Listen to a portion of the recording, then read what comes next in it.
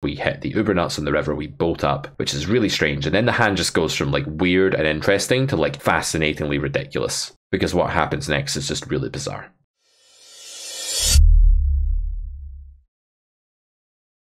Well, ladies and gentlemen, first off, I'd like to wish you all a very happy start to the Christmas season.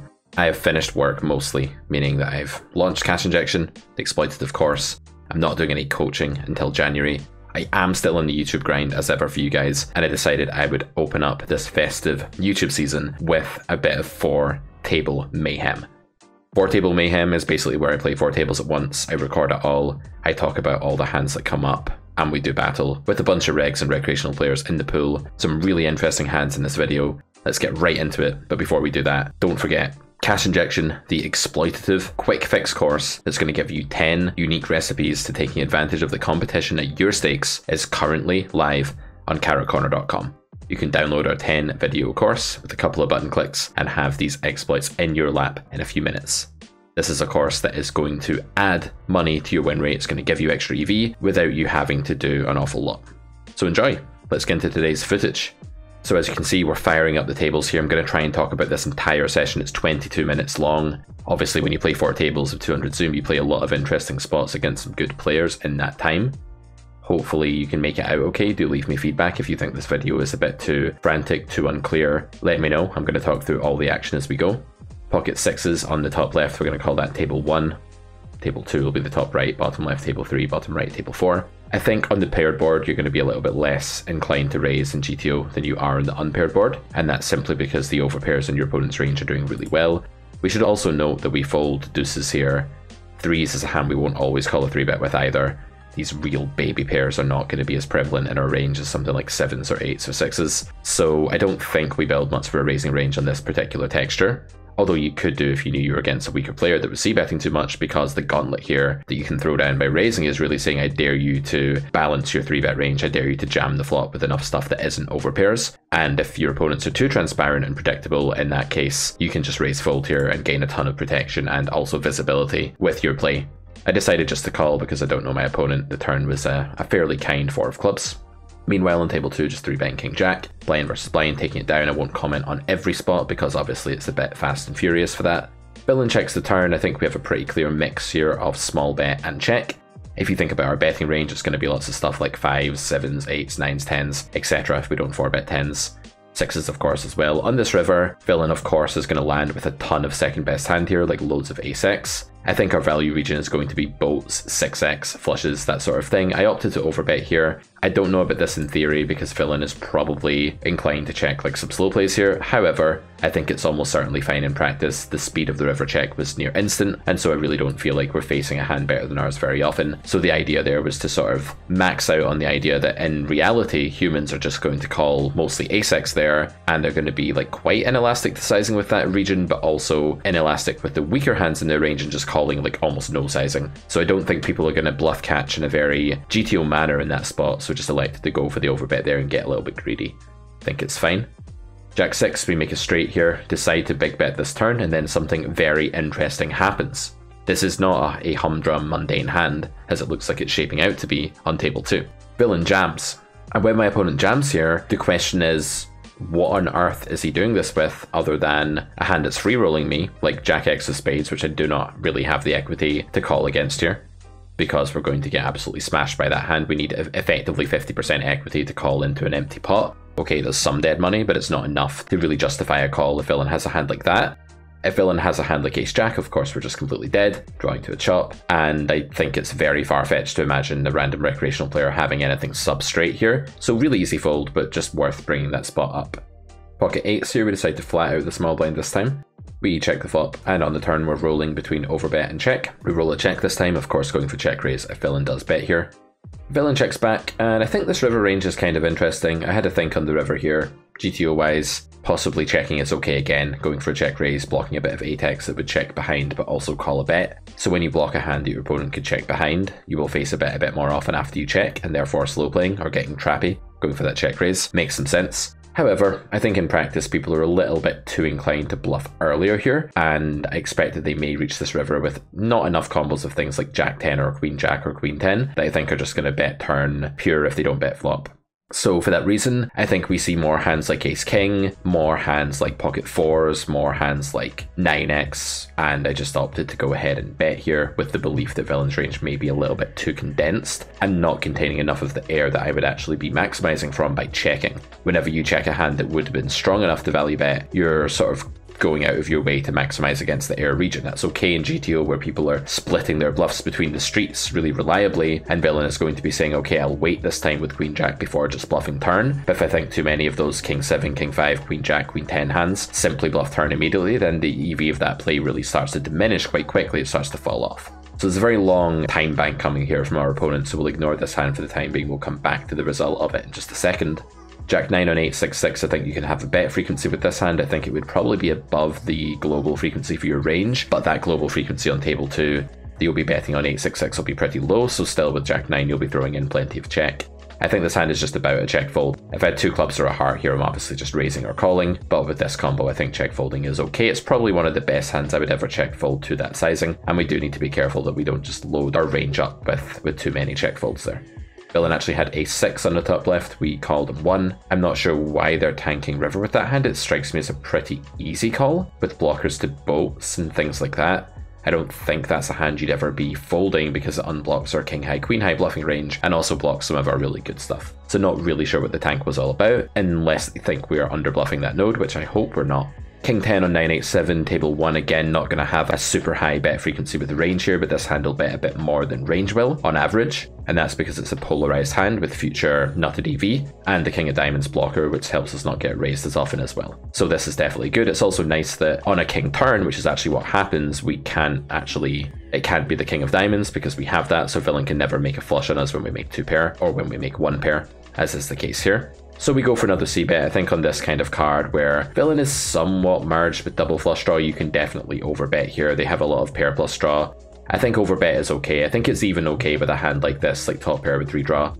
I decided just to use this sizing. I felt it might be slightly better in practice with my hand, but yeah, GTO wise there, I think there'll be quite a lot of overbetting and on that particular node. Jack 8 facing c-bet and King Jack 6 facing big bet. I think you still have to call with this one. If villain was earlier on the table, like hijack or under the gun, you can start to fold second pair with blocker to villain's bluffing range already. So if you have like Jack 10, Jack 9, I believe you can start folding. Jack 8 probably you can fold sometimes as well. Against button, I think you have to call flop. Just trying to get close to GTO here against turn. c-bet, I think this is an easy fold. We have no positive blockers whatsoever with that hand, apart from like the odd blocker to like a set or top 2. And there are many parts of our range there that are obviously just happy to see the diamond on the turn, and those are going to be ahead of Jack 8 in the queue there, not wanting to continue too linearly in that spot. So hopefully I'm keeping up with the commentary here. I actually haven't recorded a video of this format for a long time. I did a lot of this stuff for various training sites back in the day. I haven't done this kind of session review for ages, where I actually play 4 tables, minimal pausing, go from there. I hope it's alright, let me know what you think of the format. If it's unclear or whatever, I'll get my editor to like zoom into some of the spots and give them a bit more focus as they're going on. It's always an option. Ace Jack, we decide to bet this time, blind versus blind. I'm not betting everything on King 10 9 two-tone, I'll bet a lot of things. This hand will bet probably a little bit less than my range, although maybe around the same frequency. I'm not too bothered about the frequencies. I'm not playing infinite stretches of volume with these players where they can exploit me for having bad frequencies or slightly off frequencies. Ace Jack here is kind of interesting on King 9 deuce, villain bets flop. I decide that I can definitely do a bunch of check raising here. We open pre, get 3-bet, call. I think we'd be raising here with 9s, king queen, king jack, deuces if we have it. Fold that pre sometimes though, hands like that. So I think building a raising range here is fine. You can also call. Fold is possibly also okay. It's probably like a spot where all 3 of your options on this flop are relatively close to 0 EV. So we do call, and the turn is a 7 of clubs. We'll come back up to this. Well, there's not much to say about table 2. We're just going to check call the flop here. We're going to check the turn on table 2 with the second pair. That's big blind against under the gun. Back to table 3. We decide to continue on this turn card. The good thing here is that the in position player has to really respect the polarization of our range and shouldn't be doing a lot of jamming on us on that turn. That allows us to bet with this so-called danger zone amount of equity, this medium amount of equity, which we really don't want to be forced to fold by being jammed on, but fortunately being jammed on is not going to be a frequent occurrence against our range here. From villain's point of view, our range is very polarized. When we check raise flop and bet turn, I decide to check the river. I think there are shreds of showdown value here against things like 10-9, ace-9, flush draw, maybe a hand like a pair of jacks or something that we're ahead of. There are definitely a few hands there that Bink is slightly worse holding on the river that we can show down against, so bluffing is out of the question. We're usually going to lose, but that's okay. And now on river I face this bizarre like half pot bet. Usually when people go big, big and then smaller, it means one of two things. Either they're under bluffing or they're a recreational player, or both. Maybe they're a regular. If they're a regular here, the sizing is probably like really shrewd and clever and they're just trying to manipulate my one pair region into overfolding, which might be successful. I don't know the player, maybe you guys do, but I figured it was just a bit too likely that that wasn't what was going on. Triple Broadway is kind of an underbluff scenario, it's an underbluff texture. Under the gun is an underbluffed position. There are things going on here that just make Queen 10 seem like a fold. I also briefly considered raising, but then I realized that my range is actually like totally devoid of value raises here. My Jack 10 combos probably don't check call turn. I think they would raise flop or raise turn by this point. Maybe they would fold flop, so I don't have Jack 10 really. I don't have any sets other than like sevens and deuces, and it's not clear that I can raise those for value. It's also not clear that I haven't just raised them on the flop. So I don't actually think there's a lot of incentive to build many raises here. I think it's a spot where our range is really just stuck between a rock and a hard place. It's really kind of screwed, and we just have to do a lot of folding and miserable 0 EV bluff catching in theory. I don't think bluff catching there will be 0 EV, I think it'll be losing comfortably. King 8, we get cold called by button. This is one of the boards that I will build some betting range on. I do a lot of checking out of position when cold callers peel me, and that's because my range is typically suffering, at least in terms of equity and to some extent in EV as well. But against this cold caller I decide to c-bet King 4-4 because King 4-4 is a rather good board for range. It's kind of it's an exception to the rule that you want to check a lot when you're the pre-flop aggressor in these spots against a well-constructed cold call range. On the turn I have overbets, I have blocks, and I have checks in my inventory. I elect to check this time. That's just based on the off-screen RNG that you guys can't see. And on the river I think B75 is absolutely fine. I think this hand is blocking some bluffs. You probably just want to go ahead and bet this one always. Strikes me as that kind of combo in GTO that just always wants to bet for value. B75 seems like the right sizing. We can still be losing here, though it's unlikely. I don't think we quite clear the equity for an overbet. Also in practice, there's something to be said for people possibly overfolding their pocket pair region to overbets in that spot, though I can't say that about everyone. Small 3-bet here with 10s seems pretty normal on table 3. This is a super fast video, guys. You definitely have to pay attention here to keep up with this. If it's way too fast, do let me know. I'll try it out. This is YouTube, you know, I don't have to make this into a course or anything, so if it doesn't work, we can just not do it again. And I know some of you will probably love this and others will hate it, and it's one of those kind of polarizing video formats, so don't worry if you hate it, you don't have to watch. Do like and subscribe just out of niceness though, really appreciate that, but you definitely don't have to watch this format. It's not going to be every video that's like this if you don't like this one. If you do like it though, I'd like to hear from you, because there will be people who don't, so it's good to hear that people do as well. 6-7, kind of an interesting spot. Let me just skip back and talk about this. We decide to call against the 1 big blind c-bet. We can also raise. I don't think we can fold against this position of open.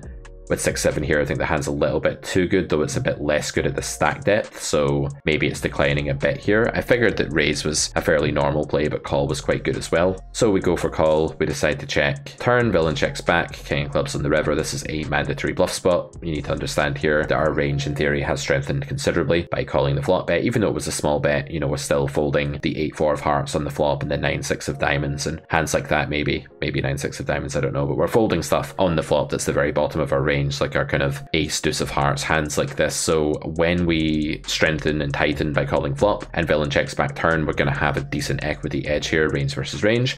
The king is to do with the flop when we have a river card that is in some way related to the flop, like it's pairing or it's straight making or flush making or something like that. We can generally say that that's a card that the big blind will like here because it's of the same kind of breed as the flop was. So I think bluffing here is mandatory. I don't really care about sizing. I think having spades are not bad at all on this node. I mean, I would bluff all my 7 high, of course, regardless, but having spades aren't a bad thing, just in case you're kind of noticing that pattern. The reason for that is that villain is going to be bluffing a lot on turn with spade, spade, and not checking back so often. So on this node where they check the turn, we're not blocking the folding ranges heavily. So block is fine here, as long as there's a value region that's congruent with that, which there is. It's going to be Jack X, Queen X, then I think block is a nice sizing. Of course, within our strategy, we would have larger bets as well, and if I'd rolled a different number, I would have bet bigger with this hand. I don't think, theoretically, the size that you bluff with this combo is that important to your EV. I think in practice, there could be bigger swings. Ace Queen, we open cutoff, cold call by button on table 1. There's a weaker player there, cold calling as you can see. Calling the squeeze I think is superior to 4-betting. We get to play a pot with a weaker player sometimes. The hand is quite mediocre. You could turn it into a 4-bet bluff. It wouldn't be like too amazing normally for that, but it's a little bit close to the sort of median, the middle part of our range that just wants to call. 10s, I would normally 4-bet here sometimes. I think this is a weaker player though. The sizing is bigger than normal. It was 9 big blinds on table 4, so I think we just want to go ahead and flat there. The idea is if villain is 3-betting too tight, then 4-betting is going to run into a shove that we can't call too frequently, and therefore it's going to lose a bit of EV. That said, I still expect calling to be marginally winning, though it won't be that clear against a bigger sizing, nor against a tighter range. Folding is not that unreasonable there actually. When we face the c-bet on 7-deuce-4 with ace-queen, I think this is fairly close again. You do want to be calling like your biggest broadways here at quite a high frequency. I remember being a little bit overwhelmed with the 2 spots here and just like folding on the top left. I thought it was super close. If I could play this one again, I would imagine that on this texture people, if anything, are probably c-betting like a 2-off in here, in which case I think ace-queen is a pure call. If people are range betting big there, I think ace-queen is a pure call. I don't think they quite get to do that. They maybe get to bet like 60-70% of their range on that texture, probably not 100 though. So if they end up just betting everything, I think we have to call ace-queen because of its dominating bluff catcher properties. That said, if they're betting all of their ace-king, that's a bad thing, but they should be value betting / denial betting a lot of their ace-king. King-6, this is kind of a horrific board for range. There are 2 players here. You can bet small. I don't mind betting small whatsoever on table 1. It's definitely okay. We can also just check though and see what's up, try and get a bit of transparency. I don't have a big preference here. We do give up denial by checking. At the same time though, we avoid losing extra money when this just goes bet raise or something and we find out that we were toast on the flop. On the ace turn, I think value is run out. We do have to give both players a free one here, but I don't think our hand is quite good enough to value denial bet. And then on the 9 river, clearly we just have a middle of range showdown and hope kind of spot. This is the most interesting hand of the video. Pocket aces on table 4, a regular opens here, we 3-bet, and they open up the time bank a little bit here, and then eventually decide to 4-bet us. And when that happens, this is kind of an interesting juncture in GTO. If you don't know your pre-flop ranges, you may be really tempted to jam here. And jam is of course like an okay EV play, but it's a little bit worse actually in game theory than call. The idea is that you are absolutely destroying the opponent's bluffing range. They're very dead against you here. Like a lot of their hands actually have 2 undercards, or maybe they're just like ace-x something. And if they have a hand like kings or queens, you're going to get a lot of money in post-flop on most textures anyway. So there are a few drawbacks of slow playing here. One of them is just that if villain has ace-king, you make less money than you do by jamming pre with like 1,000,000% equity and getting it in. However, if villain has ace-5 suited, king-queen off, king-jack suited, like one of these bluffing hands, you make a lot more money by calling and slow playing, drawing them into a flop, allowing them to bluff it off or hit top pair or something, than you do by jamming pre. So call is the front runner play, unless there's some kind of timing tell. I think on a previous video, I did actually elect to fast play aces in such a spot because my opponent snap 4-bet me, and I thought that lent itself to a lot more ace-king offsuit and hands of that nature.